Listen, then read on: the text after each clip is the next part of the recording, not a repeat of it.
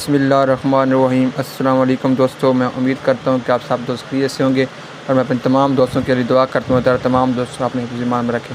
सब दोस्त देखना यूट्यूब चैनल मेडिसिन इन्फो। दोस्तों, आज मैं तमाम दोस्तों को जिक्र सिरप के बारे में इंफॉर्मेशन दूँगा। दोस्तों, इसके अंदर सिट्राज़ीन साल्ट पाया जाता है और ये हमारे पास 120 ml का एक सिरप होता है। और दोस्तों, इसकी जो हमारे पास प्राइस भी दिखाता हूँ, अब तमाम दोस्तों को इसकी प्राइस के बारे में बताता हूँ, इन्फॉर्मेशन देता हूँ।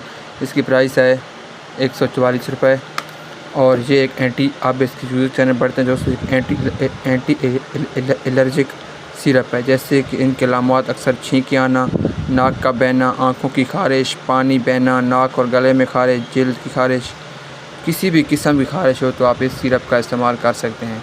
दोस्तों, ये ख़ारिश यानी कि एलर्जी के लिए सिरप बहुत ही मुफीद है।